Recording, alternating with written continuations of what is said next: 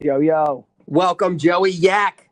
What up, Dow? What's up, brother? What's good? Oh, man, just another day in paradise, buddy. Thanks for being on the show. Thanks for having me, man. You already know.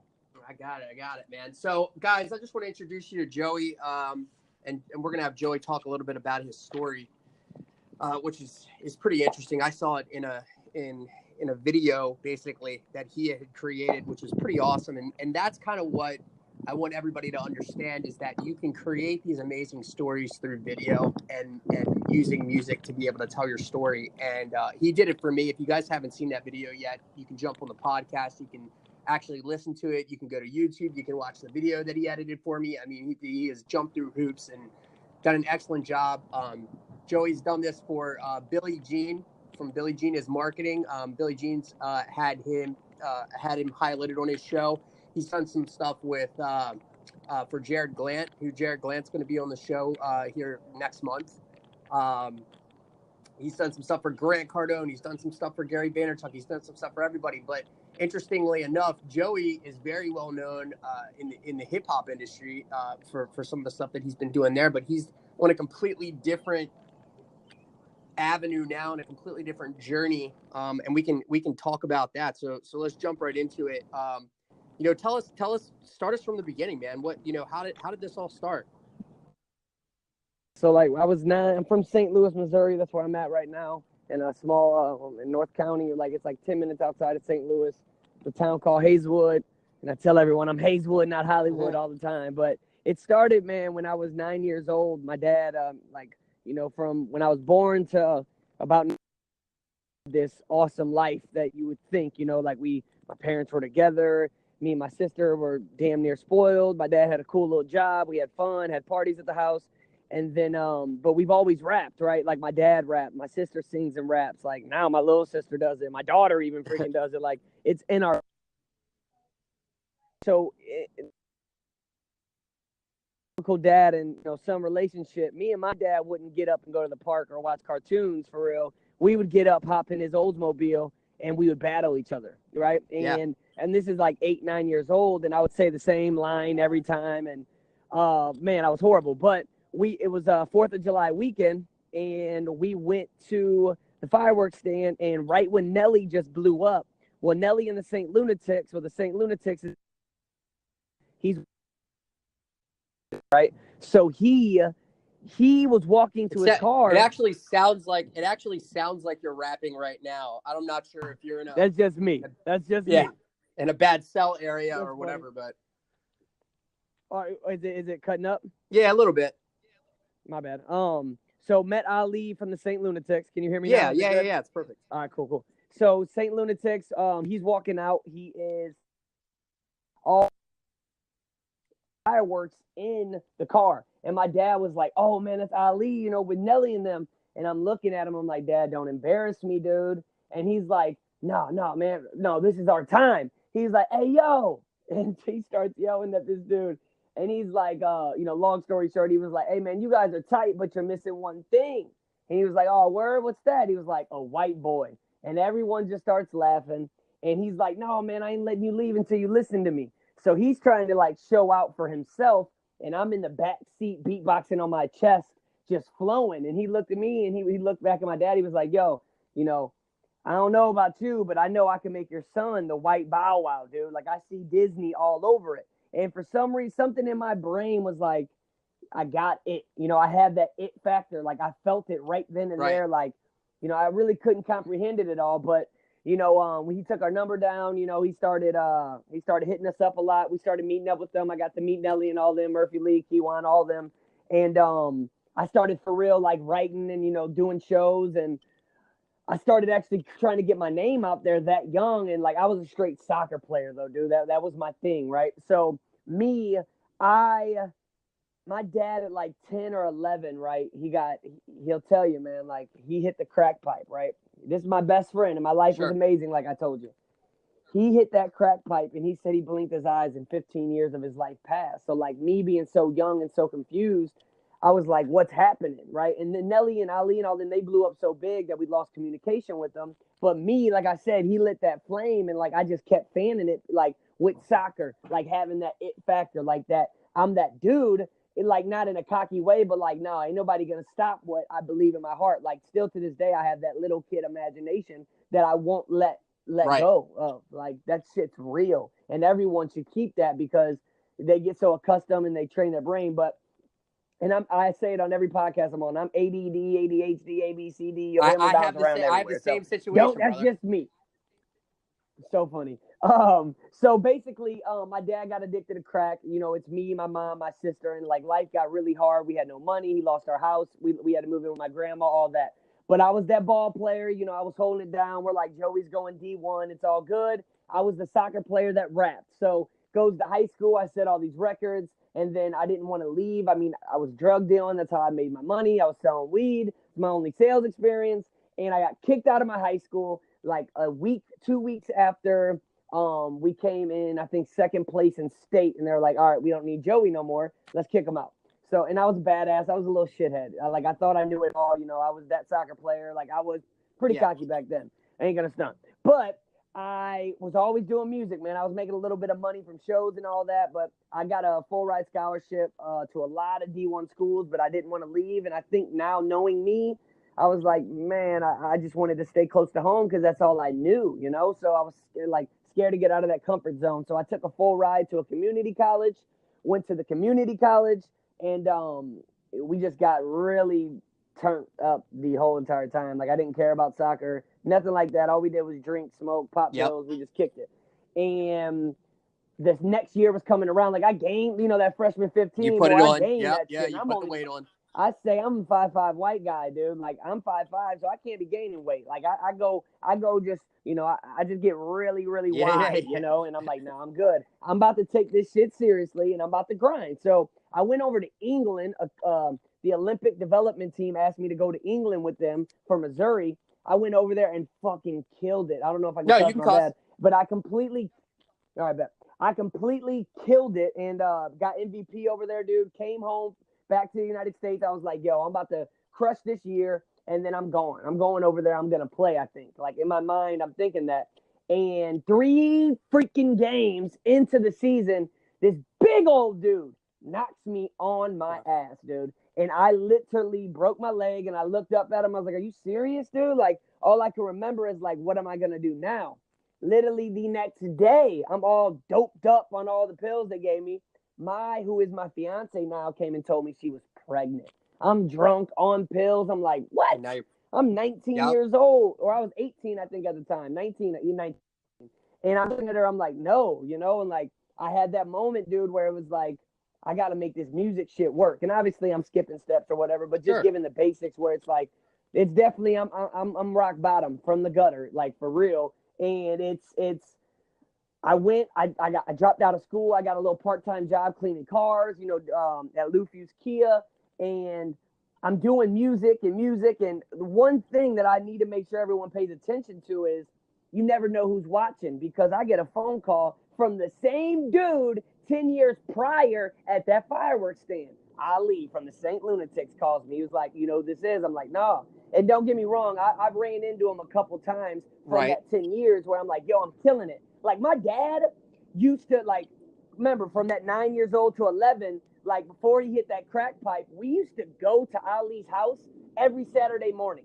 Every Saturday morning, he would knock on the door. Ali home? No. He probably was there. He just was like, oh, here we go, Joe again. You know, that's my dad's Showing name up too. at the door. But my dad was like, I'll be damned, dude. Like, you're going to have to, like, damn near kill us to get us away. Like, we are dope, and you want my son. Like, he was over the fact that he wasn't going to be the rapper, but he wanted me to shine, man. And he, so when he calls me, he was like, come to Dirty NT Studio, where Nelly's studio is. And basically, he signed me right there, dude. He was like, I see you grinding. I see you hustling. Like, and I'm like, damn, okay. Like, I'm ready. Like, I made it, you know, in the immature mindset. I have a daughter. I'm living in my mom's basement, selling weed, cleaning cars, you know, not shit. You know, I was nobody. I didn't know shit at the time, you know. I was a boy raising a little girl, and like I thought I was the man. But I get this deal, and I took the deal, and 3 months into the deal, he flew us out to LA. I was already bitching within 3 months. Doing nothing, man. Like, what's up, dog? Like, man, what? Like super immature and impatient. And he actually not somehow, they made them millions of dollars from Country Grammar and all the other albums, but he got us into Universal Republic with Wendy Goldstein, which was the vice president. And we're in there. She bought us hotel rooms, and she's like, "Yeah, you got the whole package. You got the look." I went in there, not Hazelwood. I went in there looking Hollywood as hell. Had blind streaks in my hair. Had some little Ray-Bans on, like not me at all. More me. And she's like, your followers. Say it again. That's more me. Right. And I told her, and I appreciate your time. Like I said, I was young, man, and I thought that was gonna turn into something, but when we left there and went home, we had a demo deal, they would say. So we're recording at Nelly School downtown in St. Louis, and 8 months into the deal, man, I'm just like, man, they're bullshitting me, dude. Like, I had no influence, no role models to talk with, no mentors, and like I asked Ali to take me out of the deal, and I tell people this, and he gave me, like, I had my daughter in one hand, the contract in the other hand, and I'm like, let me out of my deal. You're not doing shit for me, And some people ask me, do I regret this? Because he let me go with no lawyers, no nothing, man. He was like, are you sure you want to do this? I was like, yeah, man, like, I got to make moves, man. You ain't doing shit for me. I feel like I'm getting shelved. And basically, he let me go. And people ask me, do I regret that? And I said, hell no, because now, you win or you learn, man. Like, literally, like, and one thing leads to the next thing. So when I left, I met more people, which led me to meeting Bone Thugs, with Crazy Bone from Bone Thugs and Harmony. He heard about me. He was like, yo, if you can get out to St. Louis or you can get out to LA tomorrow, I'll listen to you.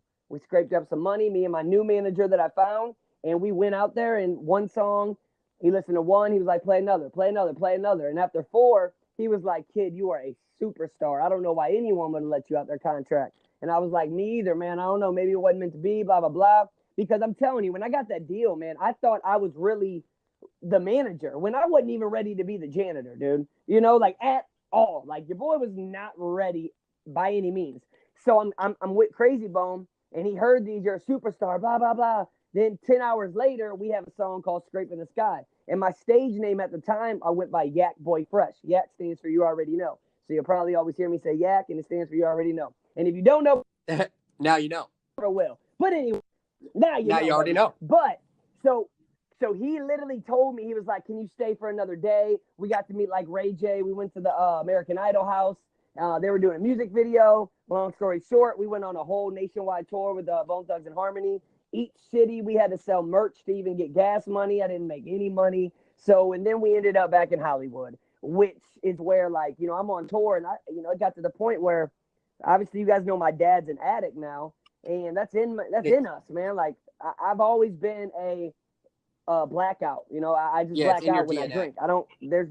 It's in my DNA, dude. When I drink, I tell people I was go gadget ratchet. They see me and they're like, oh shit, it's going down tonight because Yak's here. We know something crazy is gonna happen, and I loved it. I loved that center of attention. I loved being that dude. I hated the morning after, but I loved that vibe. So basically, what was happening was you then felt, even when you weren't performing, that you had to perform for everyone that was around you, and you needed that, either the drug or the alcohol. I still to get struggle to that with point, that today, right? man.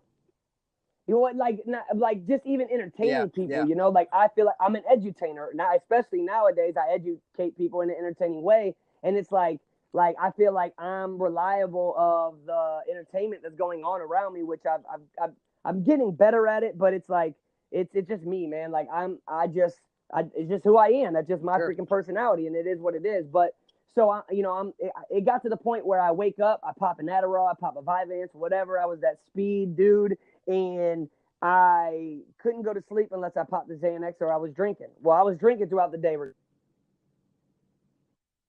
We were here, I'll have a Xanax, cool. Let's just go to bed. I'll wake up, let's do it all over. It became so normal and so, that habit, and like everyone around me wasn't doing it, but they let me do whatever I had to do to be in my comfort zone. Joey's got to perform. Joey's got to shine. Joey's got to do this. If he's got to do that, right? So when we're in Hollywood, I'm broke as hell, dude. I am broke as shit. And we're there, and like, You know, we're making moves, but like while I'm there, I'm rocking with people. Like even thinking back now, I'm like, why the hell did I go on tour with Bone Thugs? Like I should have been on tour with Justin Bieber. Straight up, I'm this 5'5" white guy. I got the bad boy image, but I still make popular music, the pop music. I should not have been with no Bone. You know, like I'm over here trying to perform for older people when I shouldn't have. But when I'm in Hollywood, man, in my heart, like my spiritual side, dude, is absolutely through the roof now, dude. I'm in Hollywood and I'm hearing something in my mind saying, or like not my mind, in my heart, you're Hazelwood, not Hollywood. Right. Go back to Hazelwood. Go back to Hazelwood. You ain't Hollywood. One thing happened. I literally, I don't even talk about everything that happened, but it was 3 attempts that happened. And the third one, I finally packed up my bags. I walked away from everyone and everything. And I said, I ain't turning back. And still to this day, I didn't, man. So I left. I'm gone. I slept on the floor in Hollywood or in LA for about 3 weeks. I scraped up money. I called my fiance because remember, I got a kid. And remember, my dad's been gone. So I'm flying first class on a fucking guilt trip for real, dude. Because I'm like, I'm a shitty dad. I'm doing everything that I fucking hated him for. I got to go home. What am I going to do? I don't know, and I don't care. You know, I'm like 20, maybe 22 at this time, 21, 22, or it's definitely 22, but 23, I don't fucking know. Who cares? But I called my fiance because she's holding it down. Like, she put me on child support, yeah, but I wasn't making shit, so I was paying lousy-ass money to her, dude. She's at home holding my daughter down, great support system. I mean, my mom has always helped out, but her family is the shit, dude. Yeah. And I called her. I said, babe, I'm flying you to Miami. I gathered up all my money. I'm flying to Miami. I'm going to meet you there. I have someone that bought us a hotel room. I worked out a business deal like that. And I want you back. I'm not taking no for an answer. I already booked your flight. I'll see you there. So I'm sitting there and she shows up and she hates me at this moment, dude. Freaking hates me. Won't kiss me, nothing like that. But that was the beginning to a never ending, man. Like, I told her how, like, what happened and how sorry I was. Like, I was in LA, man, walking around just like for those 2-3 weeks, like just like, what is going on? Like, I'm so lost. Like, you know, like I think I'm living the American dream, but really this is like the worst nightmare I've ever could have dreamed of, you know? And dude, even on tour, dude, Crazy Bone looked at me and he said, hey kid, like, we're chasing the devil. And I was like, what you mean? He was like, I name all my mixtape chases because B.O.B. said it best. He said, I remember when we were rapping for the hell of it. Nowadays, we're rapping to stay relevant. And I looked at him, I was like, damn, that's so real. That is stupid real, dude.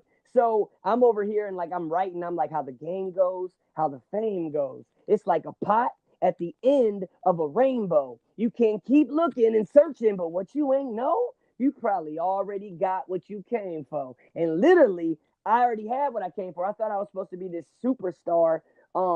When really I needed to be a superhero to my daughter. You know what I'm saying? Like, I'm over here wanting to be a superstar, but I needed to be Superman to my family. So I came home. I'm like, it's time to build this character because me being mature, now I'm 26 now, but like I got this old soul. I was running with a lot of street cats and I was running with Bone and like I got a lot of wisdom, man. I soaked that shit in because I didn't have no dad growing up in my teens when I needed that knowledge, right?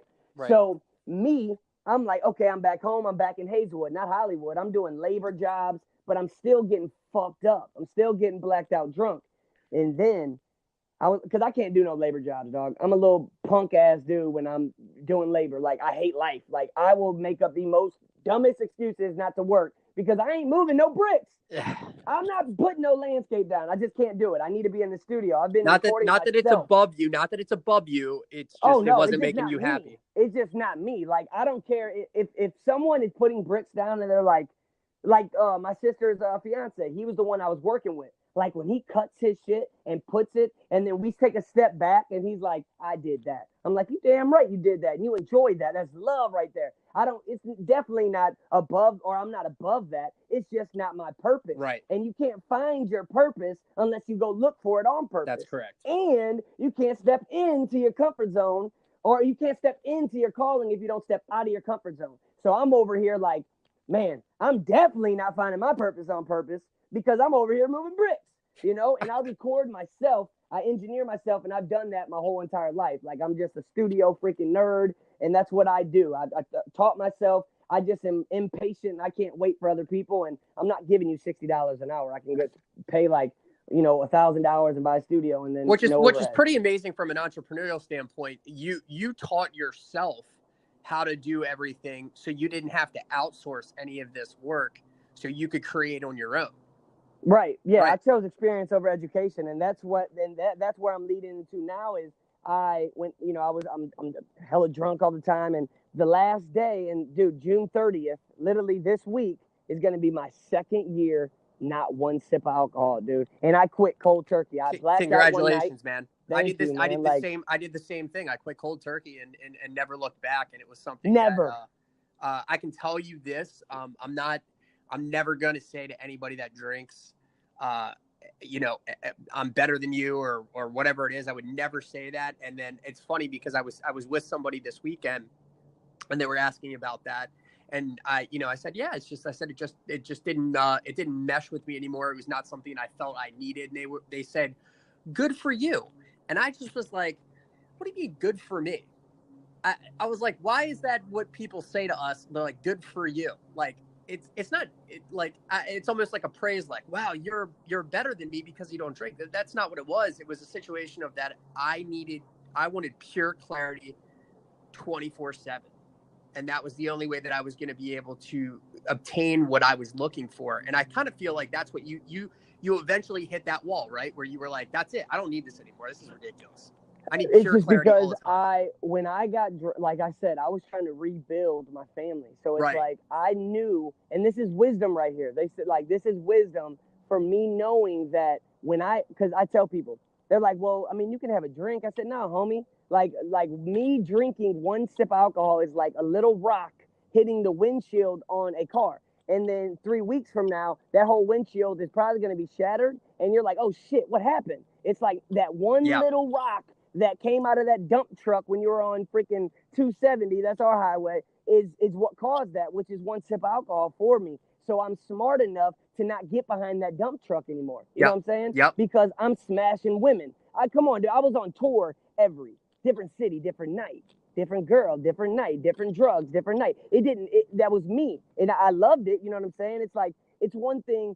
And here's this. I'm sitting there reading the Bible yesterday. It's like, too much wisdom is foolish because you just grow to chase the wind. And I'm sitting here like, man, I might know too much, and that's the thing about what I'm getting at is I lived a lifestyle that most will never live. I've lived so much at the age of 26 right now that most people will never do. And I'm sitting back and I'm watching and I'm like, man, dude, like I know better than to do that because I know what it's going to lead to. I know like the type of lifestyle that you can have, and it's toxic, So when I'll jump back to what I was saying. So I stopped drinking, right? The last day I stopped, my buddy told me, which leads me into being an entrepreneur now, which led me into sales. He told me, hey, Joey, man, you got the yak. That's what yak, you got the gift of gab. And I was like, I know, I can talk that shit. And he was like, you should come do sales with me. And at the time, I'm like, nah, dog, like, I'm not putting no headset on and no call center. It was my pride. I tell everyone now too, you can pop that pill, pop that perk. You can pop anything to make you high. Is that right? Well, swallow that pill called pride. And literally when I wrote that one day, I was like, I got to swallow this shit, man. I got to do it. So literally only thing I remember is that right there. When I woke up, I'm hella hungover. I call him. I'm like, yo, plug me with that job. And the boss there, his name's Rodney Kelly, which I show him so much love because he's very similar to me. No college degree, was a ball player. And he's 32 and he's the director up there now. And young buck, but making bread, and great salesman, just a street cat, which he's the one that honestly came up with the name Corporate Hustle. And like he says, Corporate Hustle, I'm like, yo, I'm using that one day, dog. That's hard. Like we took our street smarts. I tell everybody, I treated my cubicle like my own corporation. So sooner or later, I can get out of this cubicle and have my own corporation. I needed to discipline myself though, So when I approached him, like, look, I have no sales experience. I need a job, though. I sold myself. I traveled around the country, blah, blah, blah, blah, blah. He's like, yeah, I'll be dumb not to hire you. You remind me of me, and you're sober, and and you found God, which is what I'm getting into now. And religion is a very touchy topic, but I'm not religious. I just have a relationship with my higher power. Like the inner me was my biggest enemy. I tell people the hardest prison to escape is our own mind.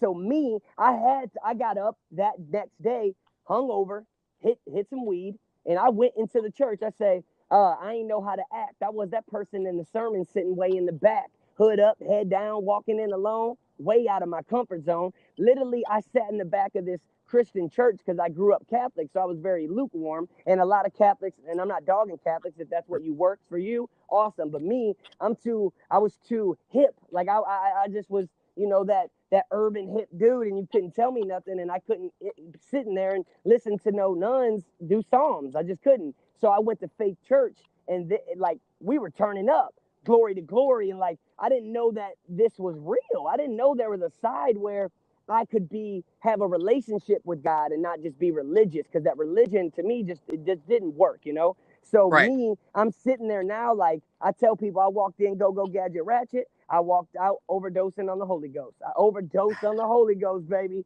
for real. It's insane on how it happens. So I come home, and now I start to see that I'm being the glow for my family. I got a testimony on my Facebook of me at Faith, and they wanted to do it for me because they were like, wow, this is incredible that this is happening. My daughter went from singing Anaconda by Nicki Minaj to Glory by Bethel Music. It's like my whole family now, my fiance, and then I proposed to her, and like we're amazing. Like the fact that I'm even with my daughter's mom is Right. insane. I should not Yes. be here right now. I should not be with her right now. She should be with some other dude, probably that is like her family. It's their country, dude. Like I'm St. Louis. Like we're that Midwest. Like we're diverse as hell. And it's like they're like more like the hunting four-wheelers. And me, I grew up playing ball. I grew up just rapping, but it's such a good balance now, man. So but see, I'm ADD. I'm sorry. I got that sales job. And dude, I went from selling weed out my mom's basement, remember, touring just to make gas money to making $100,000. I went in there and I said, hey, I'm going to let you guys know I'm going to be the best. I was selling digital advertisement, which I fell in love with because I'm like, wow, like I can talk that shit. I needed to know business because one of the biggest problems in music and artists, they only care about talent. They only care about them rapping and spitting, and no one cares about the business side. And nowadays, it doesn't matter if you have talent. You have to have the numbers. You have to have the whole package. Dude, it's 10% music, 90% business. So I'm like, Right. man, let me get my hustle on, like, let me learn this shit. Not knowing what it was going to lead to, like I tell people, like I cheated through school. I'm not that good at math, but one thing that I realized is our vocation can feel like a vacation if we trust God's will, because one thing plus one subliminal move plus 9 subliminal moves doesn't equal 10 subliminal moves.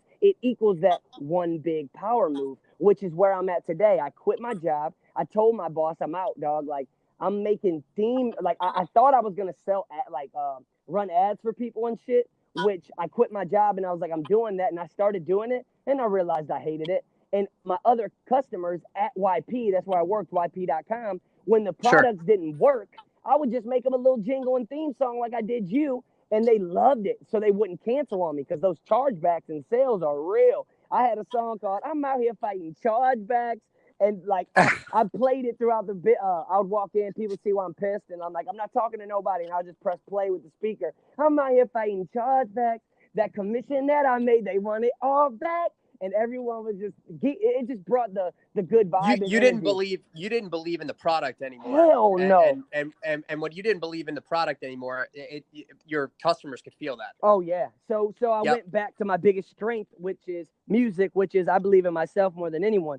That's why now I tell everyone what I do is put my melody to your message, and I help people tell their story. Everyone wants to know your why, your how, your what. And Dennis, I know you worked with Dennis. Like when I seen him, I was just gonna say that sounds like a Dennis Yu quote. Oh, bro, when I watched him at Mark Lack's workshop, that's where I kind of got introduced to like the entrepreneur. Like there's people out here that are killing the game. I met Billy Jean there, Dennis, Mark, Legacy. There was all people there, and I'm looking at him. I'm like, and it's so funny too, because as you can see, my energy, like if you would have met me there, you wouldn't have think I was the same person, because I know when to shut up and I know when to, turn up and talk to people like this. And that was a time where, Joey, shut up, soak this wisdom in. Don't tell nobody you rap. Don't tell nobody shit. Just get the game, right? So I'm getting this game, man. And it's like, and I was at my job then, though, like, when I was learning all that stuff. But when I quit, man, I'm the guy that does this shit. I do it. I don't ask for permission. Like, people want you to say, hey, that's okay, you can do that, like, nah, bro, like, I'm just gonna go do it. So I want everyone to know, like, with Billie Jean, I didn't have no plug with Billie Jean. I met Billie Jean at Mark Lax. Look, man, I wrote down a list of 20 entrepreneurs. My videographer I've had with me forever, and he does my shit right now for free, or he did it. Now we're getting, a little bit of money, but he did it for free, not because I'm are saying that corny shit. Oh, talent. When your character lacks, who cares about your talent if your character isn't in? That shit's real, because if old boy just saw me out, my videographer saw me out here just trapping and, not providing for my family and just not being at peace with myself and knowing I'm trying to better me. Only person I'm in competition me. And that's why I was #1 sales rep at YP with no sales experience, because I didn't care about y'all. I cared about me and how I was going to get my money and how I can better myself. You guys go on 15-minute smoke breaks. I'm going outside to read, or I'm going to listen to my podcast. Those little, I don't got enough time in the day shit. It's for the birds. What are you doing? I agree 100%, man. It's for the birds. People say that all the time. That they don't. You're going out to smoke that cigarette. Yep. Put your headphones on and listen to something that's gonna freaking bring it up. I tell people this, and I'm not no Bible thumping cat. A lot of the times what I say is all from scripture, because I tell people I used to flood myself in liquor. Now I flood myself in scripture, baby. And it's 1 Corinthians 15:33, dude. It's bad company corrupts good character. That's not just the ones that are around you, but it's also what you're feeding your brain. What are you listening to? If I go listen to Young Jeezy and that trap music, I want to sell weed again. That's real shit. This is my first time even admitting it. Since I found God, and I think I'm putting this out there because I felt so convicted, I let myself slip, and I even messed around with that shit before when I was in chargebacks. And I'm like, yo, I'm like, that's what hit me so hard with that scripture, because I'm like, damn, like I can't even listen to this old music no more, because it can go back to the old way. So if I wake up and listen to nothing but podcasts and like the Gary Vee type shit, and, make sure I flood myself in something that's going to better me, I'm going to start becoming that. People want that permission, and they want you to say, oh, you can do this. It's like, no, they look at you. They don't look at you because they doubt you. They look at you because what is so fantastic, like what I do, people are like, holy shit, you are so talented. You are so dope. Because, like what I did for you, I can do it in 45 minutes to an hour, like straight up, and have it mixed, mastered, done. And they're like, wow, you're so gifted. And I was like, look, that an hour took me 10 to 15 years of preparation, plus my character being built. But also, what seems so fantastic will soon become so familiar. You think my fiance thinks what I do is so damn dope? And I'm not saying that because it's mean or rude. She knows I'm tight. She knows I'm going to be successful. She knows I am successful. But what is fantastic becomes so familiar. So that's why you need to make sure that you're reassuring yourself and continue to learn, or you're dying. If you're not growing, you are dying in that present moment, because you will grow accustomed to the everyday world. And that's why I'm so focused on being in the Word, dude. So, damn, like I said, I was ADD. The Billie Jean thing, though, I want to jump back to this. Yeah.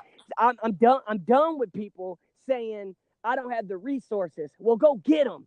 Man, the only reason I'm talking to you, Billy, dude, I just been talking all weekend with Brad Lee. I just made 3 tracks for him. I just FaceTime with Cole Hatter. I damn near had him in tears from the song I made about him. And none of them asked me to do that. Yep. I'm not going to ask for permission to make you a song. That shit sounds, 1, weird. And 2, a lot of people say, I don't think it fits what you do.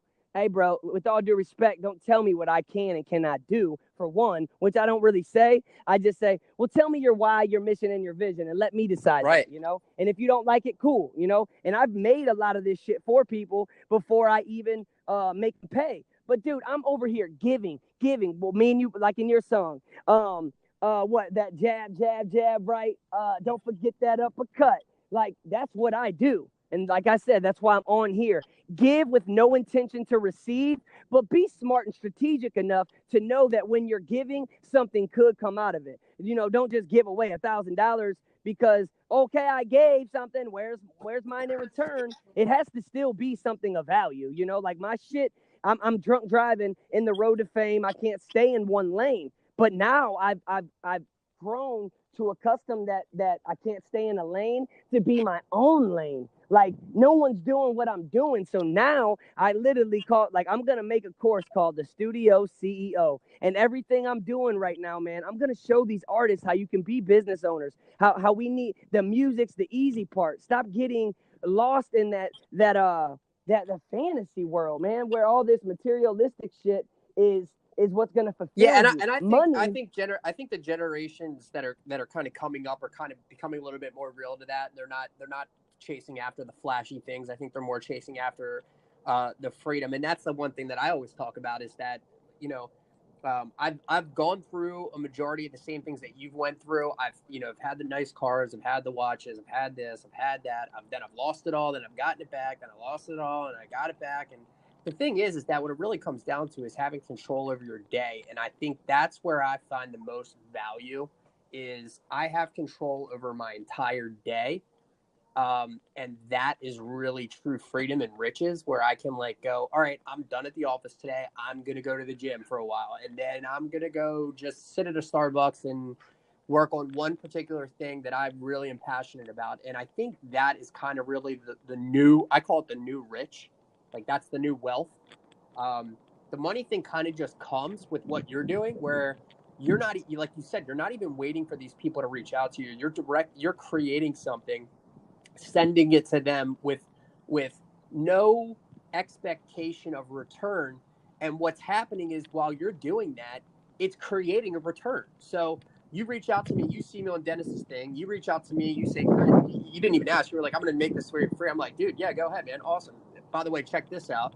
I see it. You send it to me and I'm like, what the hell? This thing's awesome. And I say to you, this is an amazing story. Come on my podcast. I also want to share this for you and share this for you. And so it's really that empathetic situation of somebody does something for you and then you give it back to them. And I think that's the new world that we're kind of moving towards. And I'm really, really happy about it. And those are the people that I surround myself with now.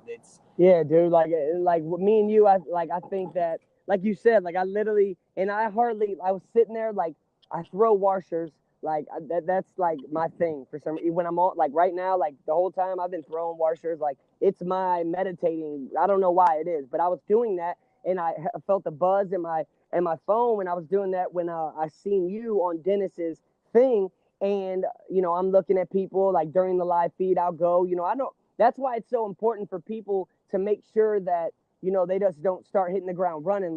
I know how to network. I know sales. I know marketing now. So I know how to not ask for permission. Hey, can I? It's no, I'm going to. And then you're going to have to tell me no, especially when I'm doing it for free, right? So I see your whole image and I was like, oh, yeah, I'm attacking Todd because I feel like I can vibe with this dude. And now, dude, just from 2.5 weeks we've been talking, I truly do feel like I've known you for a minute. 100%. For real. No question about it. I'm I fuck with Todd. Me and Todd are going to be cool and you're going to be the guy I don't have to talk to every day. I'll talk to you maybe once every month or maybe 2 months or whatever. And it's going to be what's good? What up? How you doing? Good.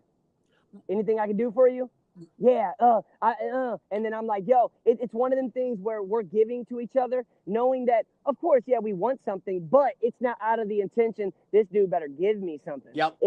I want to see Todd win. I want to see Joey win, not because they're talented or not because this or that. It's because we're good people, man. And people need to understand, with Brad Lee. Now, there's a guy named Sean Maroney. Okay, he is the face of obesity. Literally, he was on The Biggest Loser, right? He was on The Biggest Loser, right? No, I don't think so. He wasn't on that. He's known, dude. He's definitely, especially now, he's like a LinkedIn influencer, whatever. I got plugged in by my boy Zach Babcock, which I really need you to get on his podcast. It's doing great. It's called The Underdog Empowerment. Dope, real dope. He's a North County boy like me, and he's the one that actually introduced me to a lot of people. So you already know I'm returning the favor. But so when he introduced me to Sean, which Sean's in St. Louis, well, Sean, he was 700 pounds. Now he's at 580, and he is the most wonderful, big-hearted, in the word person I've ever met. Like, one of my main mentors, I talk to him every single day. I make sure I at least take 30 minutes a day and talk to him if it's about my family, or he wants to see my soul. Like, he wants to see me win. The first day I met him on the phone, the next day I had 7 30-second videos for him. Like, one, I took his clips like yours and I put my vocals and I'm performing, and it's called If You Ain't Dead, You Ain't Done. Because I talked to him on the phone. I said, Sean, I want you to know, if you aren't dead, you aren't done. And you're the prime example, and I'm behind you. Because I tell people that I rap, yeah, but rap, for an acronym, stands for raising awareness, period. I'm the 5'5" white guy, and I'm about $155, $150, but I support what they're doing because they're you can do two things. You can make moves or make excuses, and they're making moves and trying to create a solution for the problem. So long story short, with that, I gave to him, and I was like, I don't want you to give me anything. He put me in touch with the young buck, Casey Adams, killing the game on podcasting, and now I'm flying to Richmond, Virginia to shoot a commercial for someone that's freaking huge. We ain't even announcing it yet, and I'm doing 3 music videos with him. And he introduced me to Brad Lee's right-hand man. Yeah, that's what you were telling me about last week, man. I guess I'm gonna have to get out there to meet this celebrity guy you're doing a video with. This little dude, the beast, man, and he loves just helping. He loves growing, and everyone. He's already had all the interviews with Grant Cardone. Ty Lopez flew him out to L.A. Gary Vee, like he's with everyone, man. He's a good kid. If you guys don't know who he is, make sure you follow Joey. I think you actually posted something up about him, if I'm not mistaken.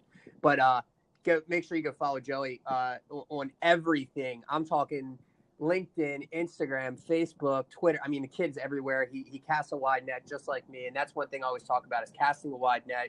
If you cast a wide net, you're going to catch more fish. It's just the bottom line of it. Joey, tell us what you're as we come in towards the tail end of this. Tell us what you're doing now, other than the making the music, making the videos for these entrepreneurs and things of that nature. You're also doing some speeches, right?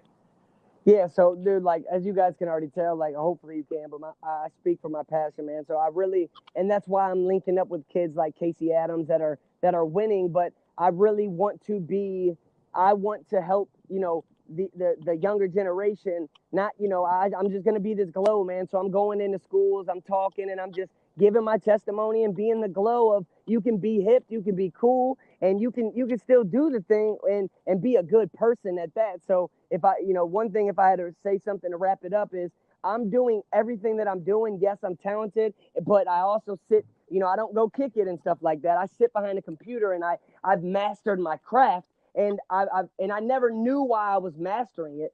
And all this shit that's happening to me, the Brad Lee, the Casey Adams, the Billie Jean, it's not because of my talent. It's because of my character. So you guys need to realize, you guys need to go outside right now and look at trees that you've seen for the past 10 years and look how beautiful them trees are, and respect nature and respect the fact that you can even function to hear me. I'm a deep thinker, dude. I'm a deep ass thinker, to where I'll drive down the same street and I'm like, look how beautiful this same ass road is. But I have the ability to see that, so don't take life for granted, man, for real, dude. So I'm here to spread my message, to spread my melody to everyone's message. I don't care if you're an entrepreneur, if you're just a regular person. I just want to make a difference, and the dollars will follow, make an impact, and the income will follow. Be the change, and that change will fall into my pocket as far as money, man. So you'll have me talking all day long, and I know, I just ramble on, and I'm sorry, dude, but I'm very passionate about my purpose, because I literally took my past and I packaged it up as a product, dude. And you can take your passion, your past, your purpose is to take all those opportunities, or take all those obstacles and make them opportunities. So the biggest struggle that everyone's dealing with right now, you should go laugh in the mirror and say, that's my product. Because once I beat this shit, I'm going to go holler at the people that are struggling about it. So your struggle will turn into your biggest freaking strength. Whoa, I'll close on that. I'm lost and found but never finished, because know-it-alls know nothing at all, Todd, when they don't remain a student forever. All my social media, my Instagram is joey.yak, Y-A-K. My Facebook is Joey Yak. But come holler at me on my personal account. I love rocking with people on my personal account. Joey Yak, Pieper, Pieper. It's spelled Piper. LinkedIn is Joey Yak. And big things are about to happen, man. So they're about to catch this before like the real takeoff. I got a lot of stuff in the works. But Todd, I'm gonna rock with you to the day I die, man. And I appreciate you letting me on here because I'm amped and I'm fired up now, boy. I love it. Joey, thanks again for coming on to the podcast. I greatly appreciate it. Joey and I are going to be doing some other stuff together. This is not the end. You're going to see probably a couple more videos, a couple more songs, some more stuff that we're going to be doing together just to kind of, entertain people and educate people through using music. And I think it's a great way to reach some of these younger kids out there that maybe going down a different road, maybe the road that him and I went down, and we kind of rearranged ourselves and got ourselves back on track to where we need to be to help educate these kids and bring them up. So Joey, thank you so much, my brother. I appreciate it. And hopefully you guys stuck around for the end of this podcast, because I'll tell you what, Joey Yak really dropped some great stuff. If you didn't take one thing away from it, I really like rap, raising awareness, period. That can be used in every aspect of your life. Joey Yak, I love you, brother. You already know, Todd. Appreciate it. See you, buddy.